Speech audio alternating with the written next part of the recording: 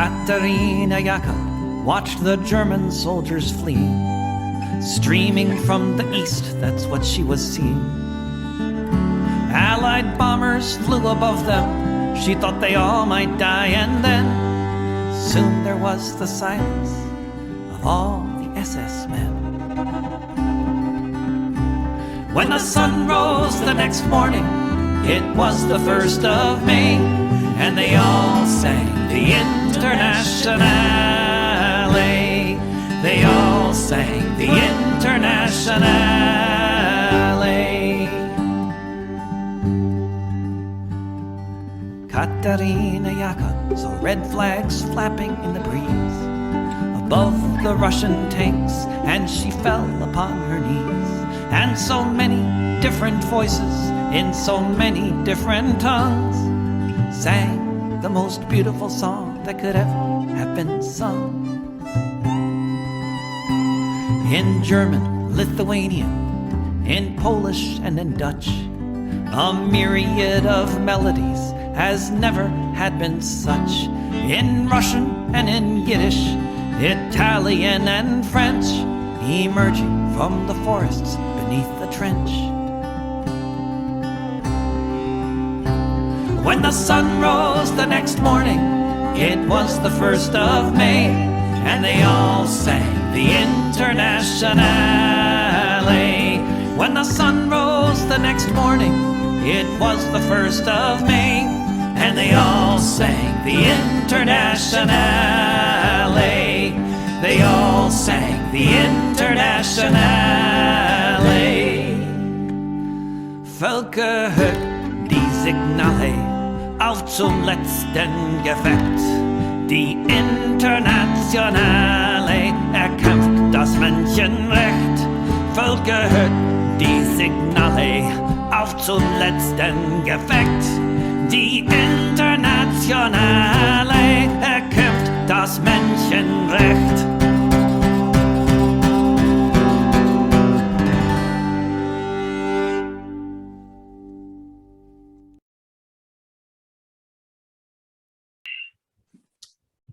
Hello and welcome to Revolutionary Socialist Review with Chris Driscoll and Rainer Shea for July 29th, 2021.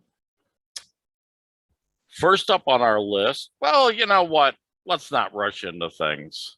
Let's find out how Rainer is doing. How you doing, Rainer? Let me show you. Okay. This is exciting. I got these sunglasses.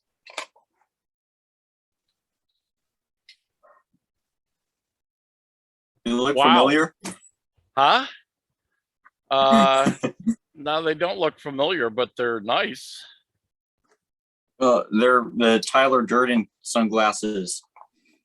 Tyler? Yeah, Tyler Durden. I'm not familiar with Tyler. Only Tyler I know is my granddaughter's husband.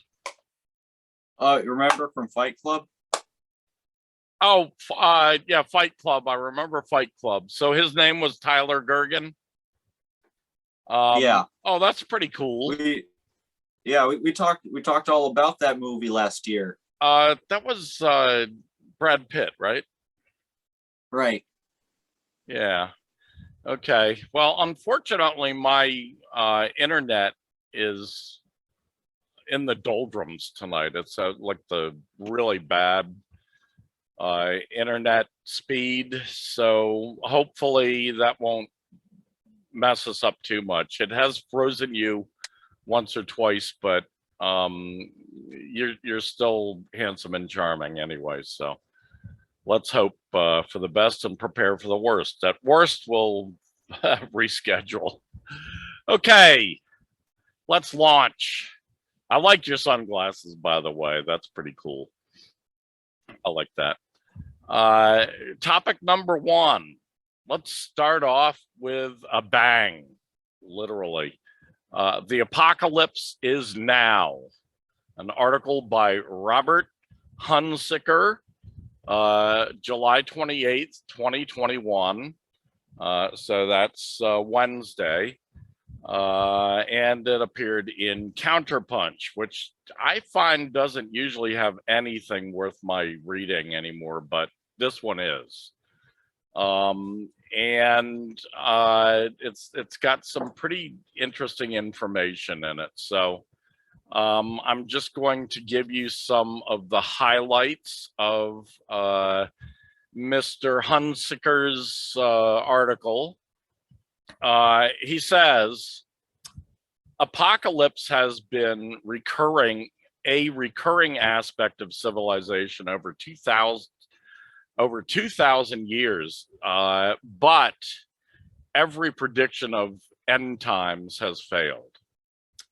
He says a case can be made that it's never been closer to reality because it's already happening here and there. The concept of apocalypse remains a very powerful force to this day, especially amongst true believers.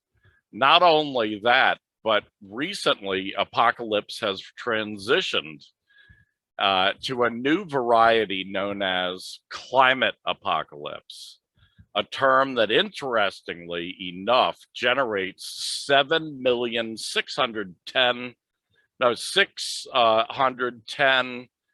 million. So let me say that over again because I think I was confusing the last. 7,610,000 Google hits in all of 0.58 seconds. So that's a little bit shy of 1 second. It gets more than 7.6 million hits on Google. That term, climate apocalypse. So a lot of people are looking it up. Truly, climate apocalypse has an audience as well as strong adherents and strong detractors like Forbes magazine and several mainstream publications. As for those editors, apocalypse is only for doom and gloom Cassandras that should be discounted and maybe ridiculed. A leaked UN climate report says the apocalypse is almost here. The worst is yet to come. We know about this draft report because it was leaked to Agence France Presse. I think that's the way you say it. It's Agency France. It's the French press agency. It comes from a 4,000-page UN report by the Intergovernmental Panel on Climate Change that allegedly proclaims a dire warning that we are on the cusp of planetary destruction thanks to the myriad dangers of worsening climate change. The report is due out later this year, but undoubtedly it will be significantly watered down by nationalistic, pro-capitalist, climate-denying politicians by then. What if, Hunziker goes on to ask, what if the IPCC doom and gloom report, as alleged, is on target, dead on, but similar to all past IPCC reports, it ends up as way too conservative. In point of fact, it is not all that difficult to make a case for climate apocalypse by simply observing what's happening today. Unfortunately, the list of actual apocalyptic events is a very long one. A few recent real events make this point. The Guardian newspaper in July interviewed Diana Six, an entomologist for 30 years who teaches at the University of Montana. She reports that in Glacier National Park, plants are dying off 3 weeks earlier than normal, 3 weeks earlier than they used to, because of global warming. Any insects or birds that depend upon them, like bees and hummingbirds, are in trouble. Their food is gone. Bird populations have just baked, she says. People seem to think of extinctions as some silent, painless statistic. It's not. You look at birds that can no longer find fish because they're starving to death. We are at the point that there's nothing untouched. I've gone from being an ecologist to a coroner, Six concludes. On a larger scale, the Crefeld Entomological Society issued a report of more than 75% decline over only 27 years in total flying insect biomass in several protected European nature reserves. Last year, the Wildlife Federation, in collaboration with the Zoological Society of London, issued an eye-popping report that over-exploitation of ecological resources by humanity from 1970 to 2016 caused a 68% plunge in wild vertebrates. Deadly flooding in China and Europe, wildfires in California, more destructive and powerful hurricanes, inland storms and tornadoes, deadly heat waves in the North American, in the American Northwest and Canada. The list of signs of climate apocalypses continues to grow. Global fish populations are plummeting and already at apocalyptic levels. Halibut, minus 99%. Cod, minus 86%. Bluefin tuna, minus 97%. Haddock, minus 99%. Thresher shark, minus 80%. Bull shark, minus 86%.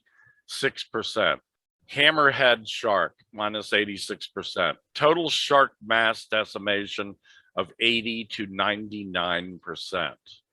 The nations of the planet must get their act together, says Hunziker, and do something extremely big, very major, very soon to tame the climate monster, as well as put a halt to the insanity of stripping natural resources like the ocean's fish stock down to the bare bone, or suffer unfathomable adversity, meaning some advanced stage of apocalypse, which unfortunately has already started to strut its stuff. Dire predictions, dire warnings, and that doesn't even deal with the problem of toxic waste, pollution, air pollution, the spread of suburbs all over the world, the encroachment of on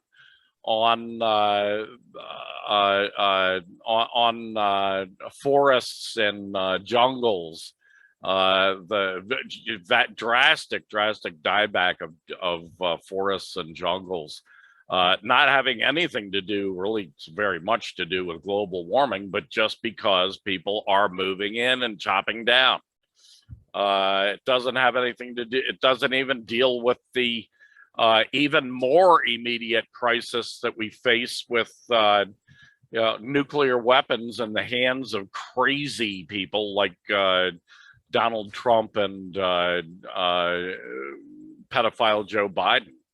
Yeah, I mean, when you, in my opinion, when you narrow it all down, what it all comes down to is imperialism, capitalism's highest stage, threatens humanity's future. It threatens the world, and it threatens us in very dire ways. We'll have some articles later on about Sino-American relations sinking to a new low, and China drawing a new red line saying that they will not put up with the garbage that the American empire has been spewing at them, the terrorist attacks they've been spewing at them all this time. Another reason to worry. I mean, it's a good thing that China will be doing that, that says they're going to be doing that. But, you know, there's the nuclear threat again. Because remember, Joe Biden, this crazy old, insane senile pedophile has his finger on the button. Rainer, thoughts? You know, it's more true than one might think that imperialism is behind this crisis, because Abby Martin, I think, I don't know if it's come out by now, but Abby Martin has a new documentary called, I think it's called The Planet's Greatest Enemy or something like that. It's all about how the U.S. military is the biggest culprit for greenhouse gas emissions. I mean, that's the hidden hand behind so much of this, the U.S. military. And it's not going to be abolished, or it's not going to be curbed until the United States gets defeated, until this rogue European colony that snatched up all of the land on this continent and is subjugating these colonized peoples, subjugating an increasing amount of the general population here, and is terrorizing the world until this manufactured nation gets defeated by the forces of anti-colonial class liberation. Thankfully, the contradictions of colonialism here are getting to a point where it seems like it's pretty close that that a real revolt is going to erupt against the United States within my generation. I think I've discussed how the sociologist Temitope Oriola has predicted that the poorest, most disenfranchised people in this country are on the verge, in historical terms, of rising up in an actual insurgency against first the police and potentially then against the tyrannical U.S. occupier government in general. Yeah, all good points, Rainer. Next on the list, Mercenaries terrorize Minneapolis, July 26th, 2021, I should say, by Rainer Shea. Take it away, Rainer. There's an increasing drive towards preemptive counter-revolution among the imperialists. We see this in Haiti, where the president there was recently assassinated by Colombian mercenaries, and now these additional mercenaries, along with all these reactionary armies, are driving towards intervention and occupation there to try to preemptively prevent a revolution from the newly united gangs within Haiti. And right here in the States, we're seeing a parallel measure. We're seeing a parallel operation by mercenaries to try to put down any hint of the kind of anti-colonial insurgency I mentioned could easily happen here within our generation. In these last couple months, well, first, Winston Smith, this 32-year-old black man, was killed. It seems like the story behind that is the U.S. Marshal Service tried to arrest him based on spurious charges, and when he didn't cooperate perfectly, they killed him. The police claimed that he provoked them into killing him, but they refused to release the footage of the incident. So we have every reason to believe that the police are lying about that. And so when these protesters showed up in Minneapolis to protest the police's lack of transparency, these mercenaries from this unknown company showed up and started bashing heads. They inflicted brain trauma on somebody. They physically grabbed demonstrators. They profiled demonstrators, and they carried out all these assaults and creepy surveillance actions. And when the victims of this repression campaign recently showed up this month at a public open air conference to testify to Unicorn Ride about their experiences, another mercenary showed up in a building nearby. He was photographed as being in this dark room. He had baseball cap, sunglasses, a tripod camera, and a phone. He was taking photos of these journalists and speakers, seemingly both with his phone and with his tripod. He's probably filming them with his phone. And this is the situation that Minneapolis is in, where they've sent in this secretive mercenary company to try to preemptively put down an anti-colonial rebellion from the colonized underclass over there. And it seems like this mercenary occupation is going to expand. It's going to continue. It's probably going to also expand into other cities as the situation keeps developing. Yeah, we saw it last year. We saw it in Portland. Are we sure that they were mercenaries? Well, we're not sure, but they certainly did not act like any kind of official federal force or city force or any other. So that's my suspicion. And when did this police murder actually take place? I believe it was early June this year. Okay, so this happened under the Biden regime, not under the Trump regime. We should underline that and exclamation point that. Yeah, which fits right with what we predicted at the beginning of the year, which was that there would be no change, just as Biden assured us all, or at least the leak of what he said to Wall Streeters said that he assured Wall Streeters that there would be no change. In other words, he's going to carry on right where Trump left off. There's not a dime's bit of difference between these people. They're all pretty much the same. Call them liberals, call them conservatives, call them fascists. There's not a dime's bit of difference between them.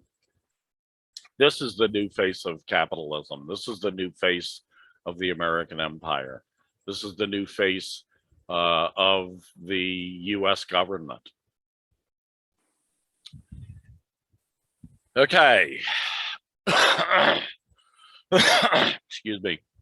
Number 3, Sino-American relations sink to a new low. China's red line, Blinken, Austin embark on Asian trips, Fort Detrick secrecy, and the U.S. attack on the Chinese petition against the biolab. There's just been a lot of related Chinese news, and so I just put it all together into one thing. And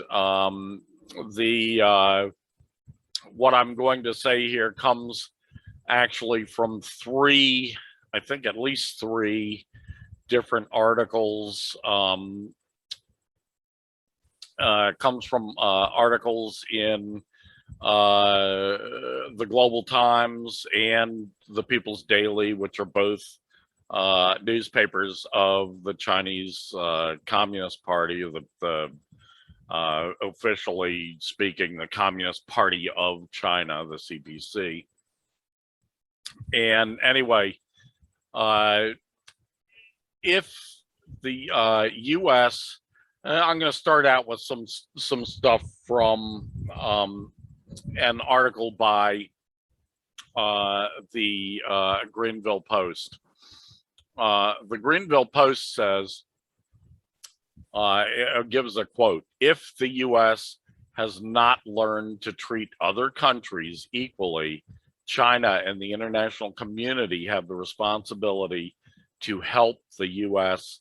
learn how to do this." China's foreign minister, Wang Yi, said, I think this was on Tuesday. After putting up with nearly 4 years, the Greenville Post goes on, after putting up with nearly 4 years of relentlessly provocative assaults from the U.S., China has made a decisive historic change in its approach to bilateral relations, says an article in the Greenville Post. The two high-level meetings in Anchorage and the Tianjin will be seen as watersheds marking Beijing's genuine pushback to Washington's trademark bullying, a turn from defensive to full-on counteroffensive mode. As a new keynote editorial in the CPC-run Global Times put it, we will no longer make unilateral efforts to maintain the public opinion atmosphere in China-US relations. The basis for such changes is that Chinese society has become fed up with the bossy US, and we hold no more illusion that China and the US would substantially improve ties in the foreseeable future. The Chinese public strongly supports the government to safeguard national dignity in its ties with the US and firmly push back the various provocations from the US.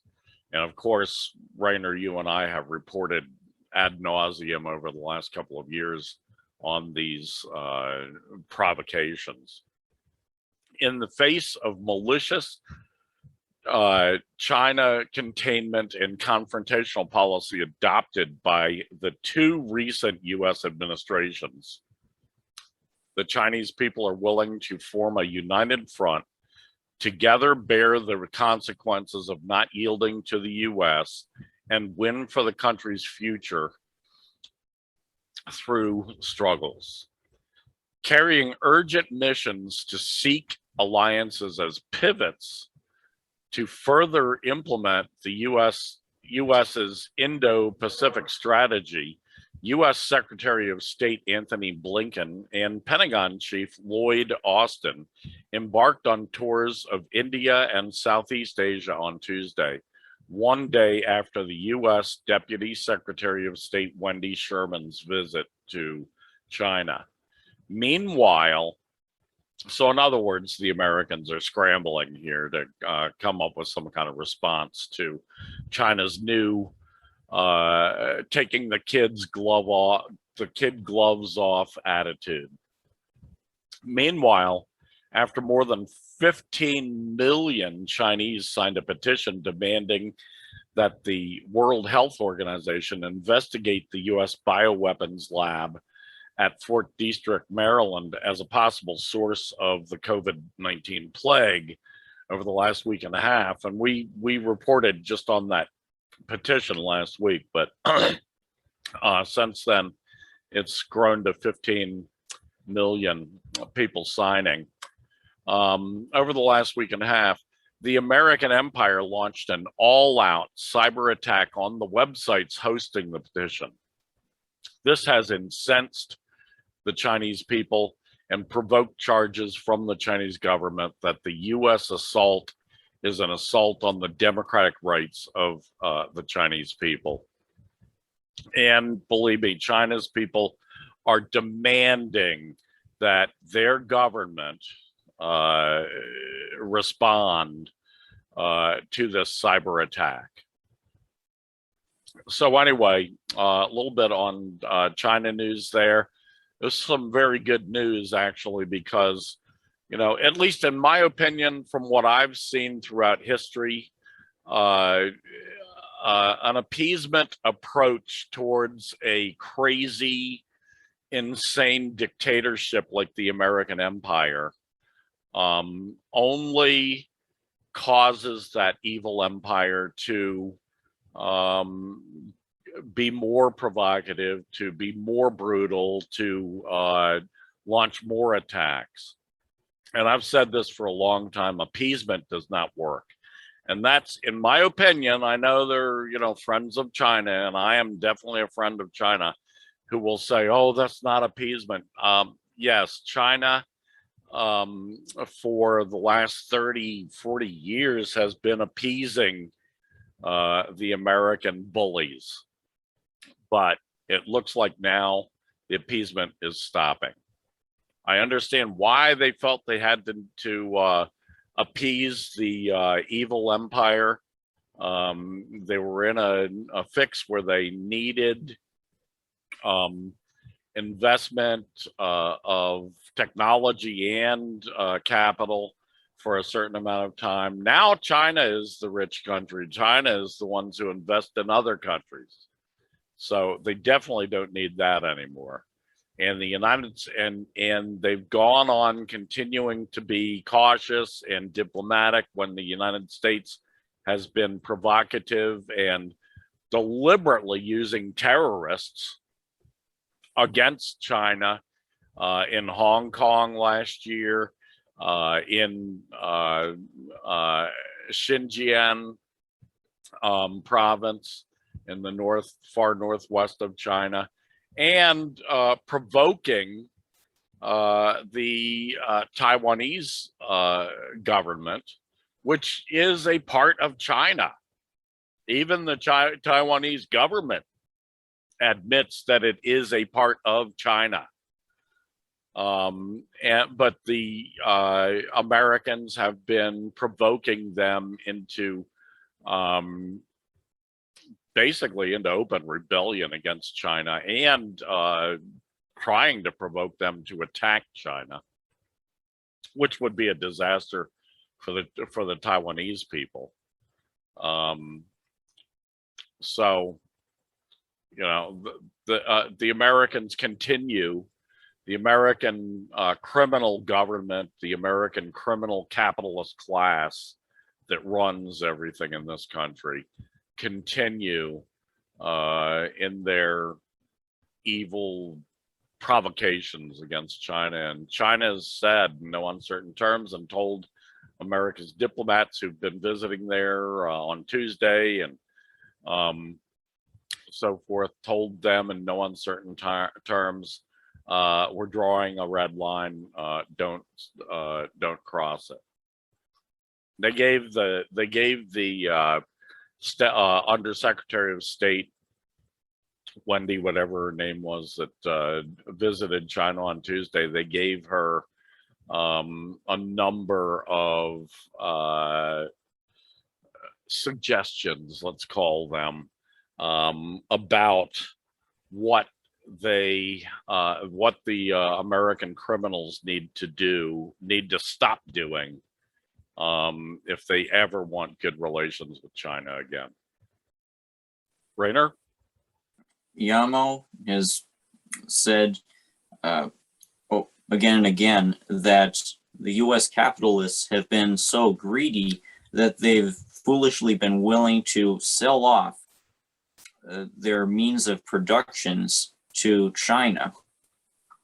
And then when this has deprived the struggling U.S. proletariat of jobs, the ruling class here has been eager to blame that on China.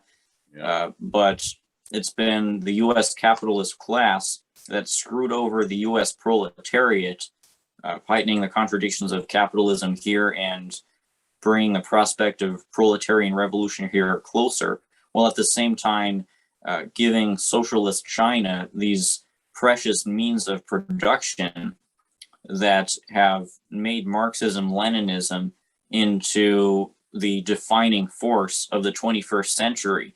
This is the implication of what we're talking about. Marxism-Leninism being the most powerful force in this century. Exactly. Well put. Next on the list, US dollar lurches closer to collapse, from July 24th, from RainerShay.com. Take it away, Rainer. Earlier this year, several Chinese experts interviewed by the Global Times, made some conclusions that were strikingly aligned with the conclusions by this other economist that we've talked about a couple of times on this show. I think his name is what is his name? Schiff, maybe?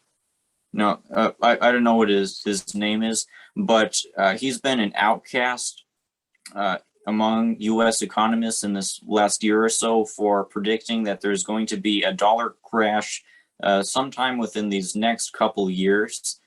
And he's made the case for this by saying that there is indeed an alternative to the dollar as the global reserve currency. And part of that alternative is the Chinese currency. So you can see how many economists here aren't willing to believe that the dollar is going to crash. They want to believe that U.S. imperial hegemony, U.S. financial hegemony are going to continue to sustain themselves. But as we've discussed on this show, U.S. financial hegemony has been rapidly waning, even though it's still the dominant financial factor globally. It's been rapidly waning in recent years. And now we have this situation where, as these Chinese experts point out, the U.S. economy is so deficient, so lacking in productivity and in its employment power, that this is spilling over into the U.S. empire's ability to project power globally. The U.S. economy's internal contradictions are driving the dollar closer towards an unprecedented drop in value. And when this drop happens, it's going to force the U.S. military to massively contract its forces globally. And this is going to speed up the process towards a new wave of revolutions throughout the global South. I think the name you were looking for was Michael Roberts. Michael Roberts. No, he's the Marxist. This other economist is he's more mainstream by the bourgeois definition. Okay. Yeah, I'd have to go back and refer to what we were talking about I don't know, about 8 months ago. But there was a well-known economist, American economist, who predicted this like 8 months ago. Yeah, Michael, I thought of Michael Roberts because Michael Roberts has also written quite a bit on the subject in the last several months. So, and I think that I've mentioned that a few times. But anyway, yeah, this is signs of collapse, signs of American dollar collapse, basically, which is really basically, you know, I mean, it's military in nature. The U.S. military is unable to deliver the kinds of control it once had over its own empire. It's still got the empire. The empire is still there. It's just that a lot more of the members, you might call them, or, you know, oppressed nations of the empire have been emboldened to just ignore the Americans. And the whole entire reason that the American dollar has been so strong, especially since World War II, has been the U.S. control over, military control, basically, over such an enormous part of the world. And as that slowly crumbles, the control's less and less there. Anyway, that's my opinion on it. Next on the list, days of action. The people of the United States demand let Cuba live. And this comes from Liberation News, the newspaper of the Party of Socialism and Liberation, which I guess we had a guy on here a couple weeks ago, Gabriel Rockhill, speaking, who was from the PSL. We had a chance to speak to him about his party. But here's an action that the PSL was instrumental in helping to organize and lead around the country. In a resounding rejection of the corporate media's nonstop propaganda campaign, people in cities all across the United States participated in demonstrations July 24th through 26th to demand an end to the blockade of Cuba and all U.S. intervention. Organizers of the demonstrations argued that the hardships experienced by the Cuban people are the result of a 6-decade-long economic war being waged on the country by the United States. They rejected the lie that the Cuban government is oppressive towards its people and expressed support for the Cuban Revolution. The actions coincided with the annual July 26th holiday, which commemorates the 1953 raid on the Moncada barracks led by Fidel Castro that sparked the revolution. There's a lot more to this article, so I'll leave it for people to read. We will have a link under this video. So, you know, I just thought that was pretty positive that this kind of stuff happened all over the country in a lot of major cities. Rainer? Yeah, the PSL, I feel like it has some of the most credibility among communist organizations in this country. And whatever problems it has internally, that kind of happens when an organization gets as big as it is. It seems like the fact that it's been growing so much and been so effective in what it's been doing, that has kind of created a paradoxical dilemma for them, where it seems like some of the resources are spread thin, or it's hard for them to get into contact with some of the people who want to become part of them. And that's unfortunate, but it's part of the growing process. And they've shown that they're capable of organizing events like these. And PSL has shown that it's one of the only organizations in this country that has the right ideas on things like Cuba, on things like China, in addition to Palestine, DPRK, Vietnam, Laos. You know that Gloria La Riva, the PSL's presidential candidate last year, stated, I think it was a couple of years ago, stated that the PSL views the DPRK as a socialist democratic country that deserves our support.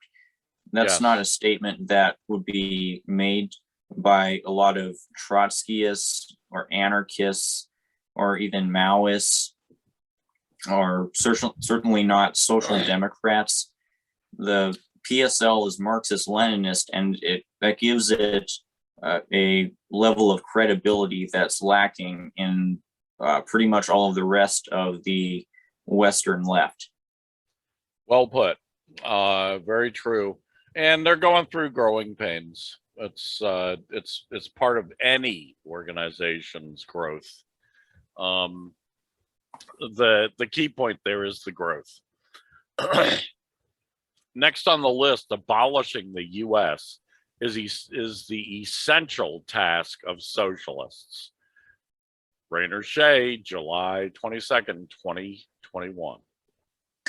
I'm reading Mao's on contradiction, and this is instructive, I feel, for revolutionaries in the United States, as is the case in any other given country, but I think especially the United States, because in the U.S., there's so many contradictions on top of each other that we'll need to deal with in order to reach socialism. And the colonial contradiction, I think, is the primary contradiction at this moment, the type of primary contradiction that Mao talked about. And Mao told the story of the Kuomintang, about how it was revolutionary initially in that it helped with national liberation, but obviously it became a reactionary force at a certain point that the communists had to fight against in order to attain freedom from neocolonialism. And it seems like this is how the revolution here will unfold in the equivalent sense, because right now the primary contradiction, you could argue, is colonialism, the existence of this illegitimate settler colonial occupier state, the United States, the same as the case, of course, in Canada.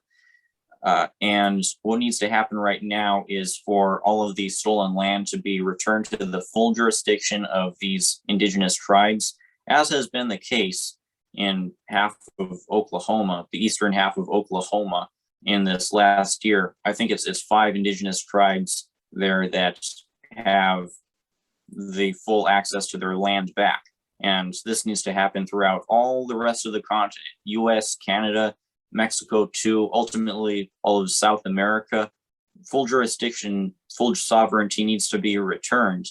But the issue is neocolonialism is going to persist after them, as neocolonialism already persists within even these tribal nations that were recently liberated from Oklahoma's occupation over them. These are capitalist states that were made capitalist when the colonists forced the indigenous peoples of this continent to abandon their communistic system that they had beforehand and assimilate into this capitalist neo-colonial paradigm.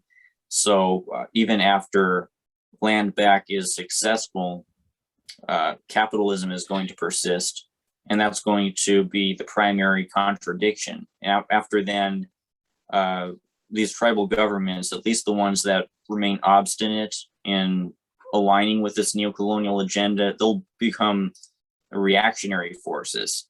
And this is the long-term way that a revolutionary struggle here is going to develop.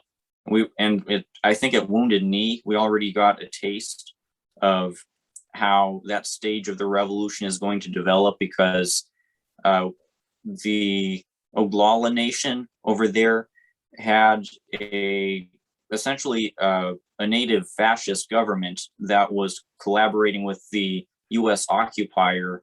It was led by this corrupt tribal chairman who was, he created this death squad, the Goon Squad, guardians of the Oglala Nation, who were killing off the members of the American Indian movement. And these are the kinds of situations that are going to appear more and more as the colonial and capitalist contradictions here develop.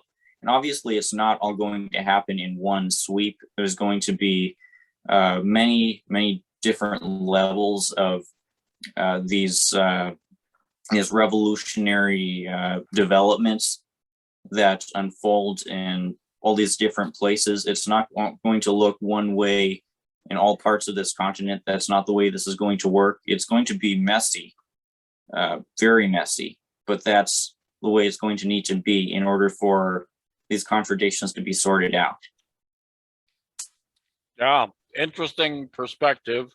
I haven't read Mao's On Contradiction, but I have noticed some really great Mao quotes that you have shared with the public on Facebook that were thought-provoking and very good. I'm not sure about your predictions, but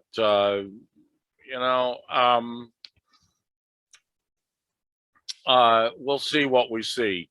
The domestic scene within the borders of what is called the United States of America, there are hundreds of nations, oppressed nations, some of them extremely large, like the Black nation, the African American nation. And all of those nations will obviously have to go through struggles to get somewhere. We'll see how that turns out. I tend to think of the United States not so much as the contiguous 48 plus Alaska and Hawaii. I tend to think of it as a globe spanning empire, the most powerful, the most brutal globe spanning empire, the largest globe spanning empire in the history of humankind. And revolution, to my way of thinking, will have to be international. It will not just take in the concerns of those living in the contiguous 48 plus Hawaii and Alaska, although that's very central to your thinking and to my thinking, because we are Americans, we are people who grew up in this land and live in this land. So we're concerned about what we can do here. But I tend to think that the revolution is going to be global. Yeah, like it's the only way to pull down the American empire, to pull down the imperialist global system, which includes not only the American empire, but the British Empire, the French Empire, and a few other imperial powers as well, in either leadership. I mean, obviously the Americans since World War II have been in the hegemonic leadership position to all the others, and all the others have been junior partners in this in their imperial subjugation of the world, or at least a good part of the world. And to bring that down, the working class needs to become needs to think globally. We need to act locally, but we need to think globally, and we need to act globally as well. So when the time comes, and I tend to think that Americans won't be the last of the people to rebel against the American empire, but I don't think that we will be the first either. I think we will be influenced by dozens and dozens and dozens of other successful rebellions against the American empire before it ever reaches that kind of stage here in this country. So we'll see what happens. I mean, you know, will it be messy? Obviously, all revolutions are messy. Will the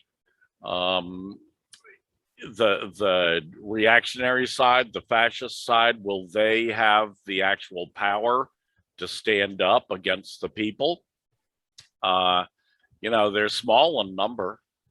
The only thing that gives them a great advantage is their control over most of the wealth, because they've stolen most of the wealth from us, from the working class who creates that wealth. So because of that, we're used to a time in which the evil people, the bad guys, the capitalists, the capitalist class, has had great power because they can buy people. And that's what they do. They buy mercenaries. They buy, they have their own military force, which is really, in my opinion, not all that trustworthy for them. They have their own police forces all over the country and all over the world, truth be told, which are much more reliable for them. But even there, those people, when they start to see the working class move into action, I'm not sure exactly what they'll do, but my suspicion, because I've seen fascists a lot, especially American fascists, I've seen how cowardly they are. My suspicion is that they'll try to melt into the walls. They'll get rid of their uniforms. They'll put on civilian uniforms and or civilian clothing and try to melt into the into the people, and hope that we don't catch them and put them on trial for all their crimes. That's my suspicion of what's going to happen. But we'll see. I mean, they may end up.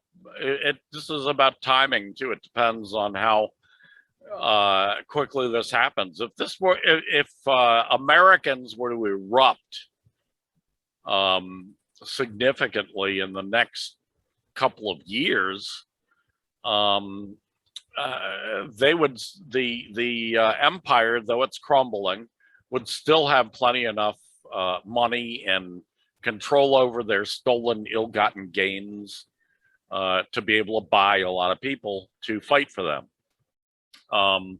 If this happens a little bit farther on, when many other nations and nations peoples around the world have already rebelled against the American empire, things will be different. We'll see. That's why I tend to shy away from prediction on something like this. It's just too many variables. Just the variable of time is a wild card. I mean, that is a wild card that could come in and win the day for us or lose the day for us. Just the timing. Lenin understood that timing very well. I mean, Lenin in the July days in 1917, Lenin advised the working class not to rise up against the provisional government, the bourgeois government that was by then already being run by social democrats, because he knew that the people were not ready for it. Just a few months later, in October, which is actually, it happened in November, but because of the different calendar they used, they were off about 14 days from the calendar we use. So this actually happened. The October Revolution actually happened in November. I think it was November 7th, if I'm not mistaken. But in any case, when that came along, when October came along under Lenin's calendar that he was subject to at the time, the Tsarist calendar, he said, yes, now we're prepared. Now we're ready. Now's the time to strike, And he understood that the working class and the people that they called the peasants back then, which was 80% of the Russian people, I call those people working class today. I mean, I think peasants are substantially working class people. But back then they made this differentiation because in a very real sense, peasantry was a class that was a holdover from feudalism. I mean, 50, 60 years prior to that, the peasants were serfs and essentially slaves. They couldn't even move away, move from one manor to the next manor, or from one manor to the closest city. So Lenin knew that he had to prepare the ground.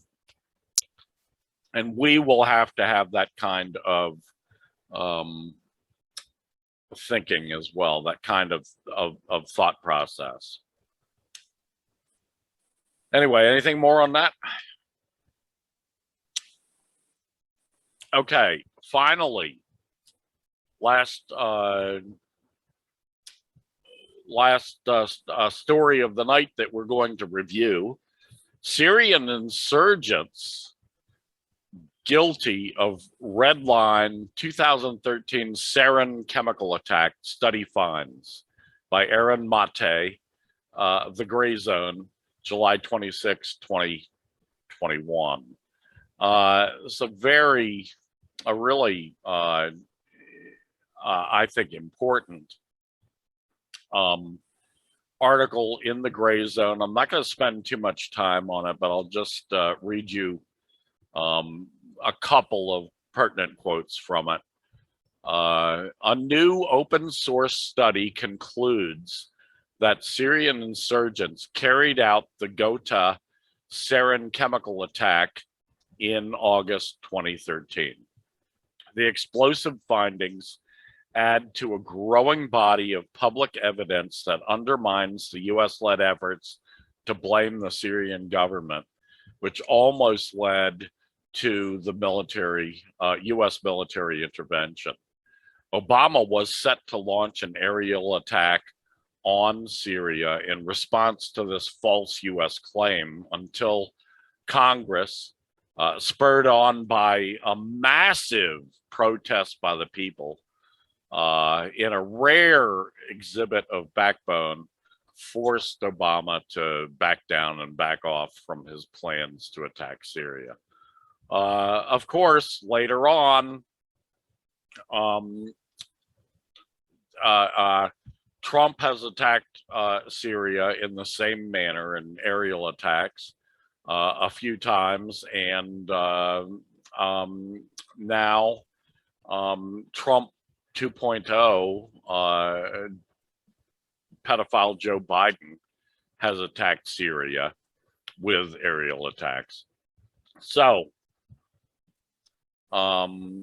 very interesting stuff, but this is not news to those of us who followed that chemical attack when it happened. But I think it's one more nail in the coffin of the U.S. empire. Rainer? Yeah. These are the kinds of things we need to document in the long term, because this happened in 2013, from what I remember.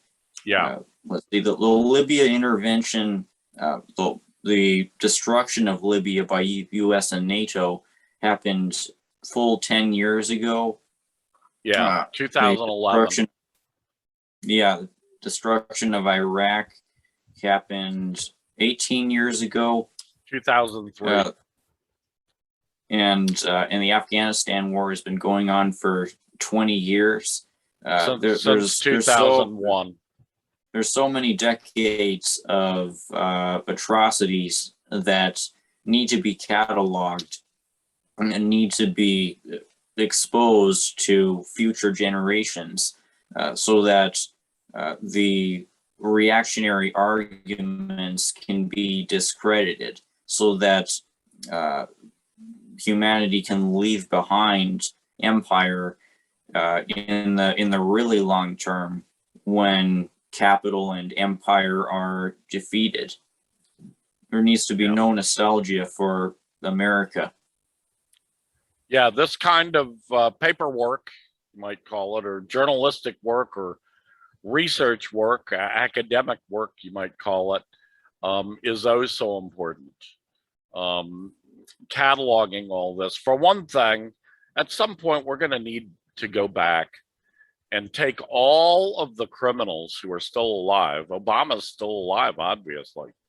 We need to be able to document how Obama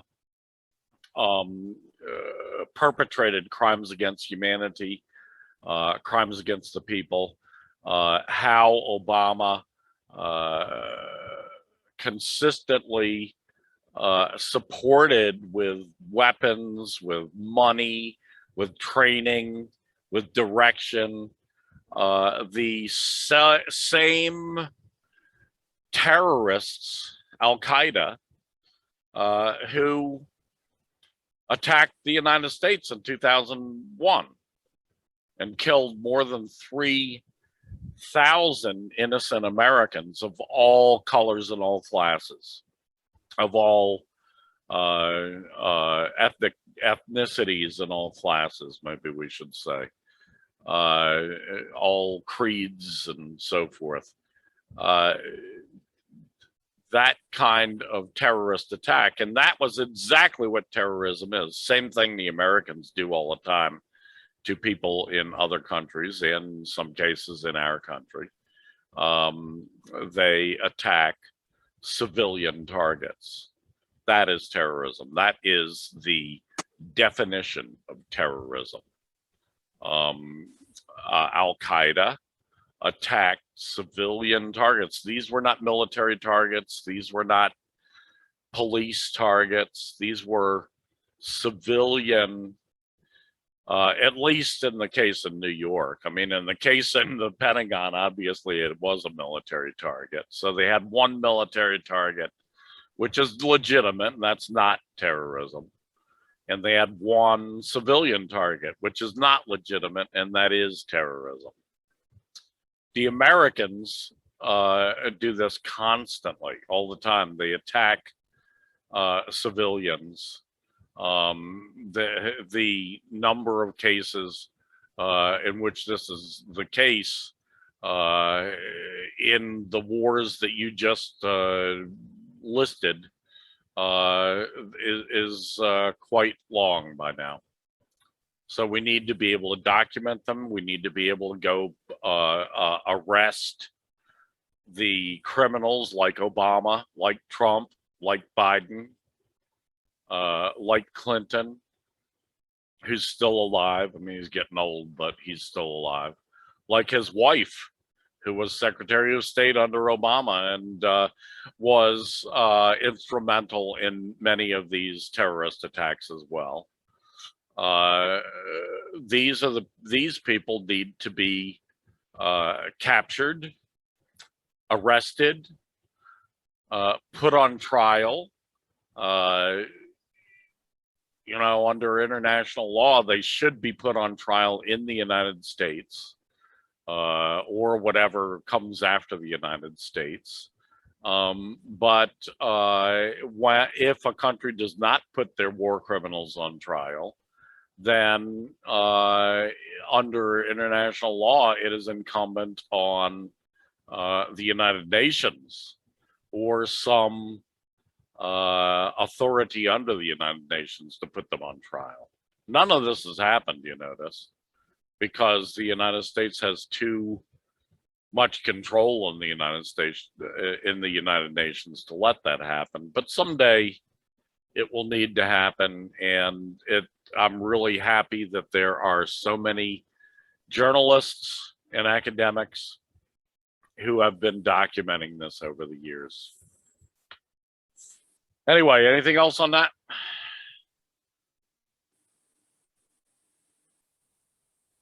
No. Okay. That's the end. I'd like to thank you, Rainer, for your wonderful contributions, as always, prolific. Thank the listeners and viewers for listening and watching our show. And please come back next week when we'll have another episode of Revolutionary Socialist Review for you to view or listen to. With that, I'll bid you all a sweet adieu.